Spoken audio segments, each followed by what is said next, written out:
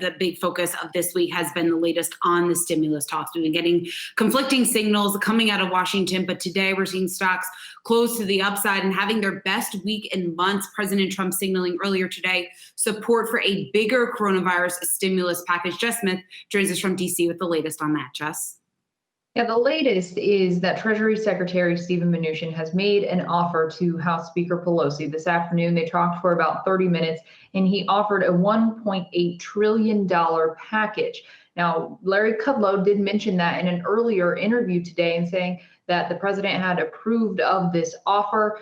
We will see what Democrats have to say about this. The initial reaction from Speaker Pelosi's office is that it still doesn't do enough to actually address the virus, stopping the spread of the virus.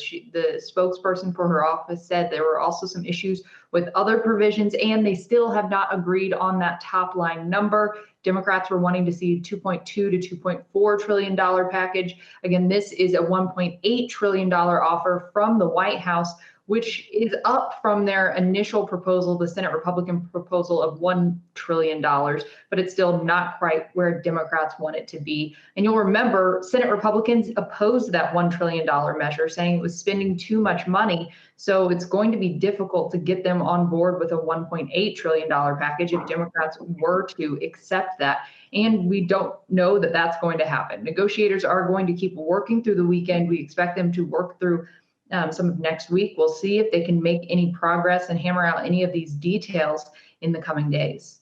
So, Jess, it sounds like, at least from what you're saying, we're still very far from reaching some sort of deal, because even if we have the administration, even if we have Mnuchin and Pelosi reach a deal, still has to get through the GOP-led Senate. And that, of course, doesn't look good, at least when you take a look at the numbers of this deal, compare what we got today from what the GOP senators have put forward in the past. And there's still a massive difference. Yeah, there still is a big difference. And you heard Majority Leader Mitch McConnell saying this morning that he doesn't know that stimulus would actually go forward before the election in the next 3 weeks, is what he said.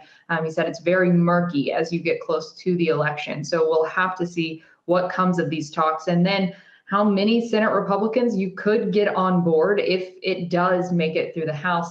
But lots of moving parts here, but still a really big change from the president, who earlier this week shut down these talks.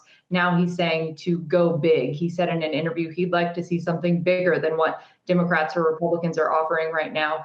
So I think that could change the dynamic a little bit here, as Speaker Pelosi is still trying to hold out for that $2.4 trillion package. Hey investors, Zach Guzman here. Are you interested in learning more about the markets and getting the latest financial news? Well, then click right here to subscribe to our Yahoo Finance YouTube channel.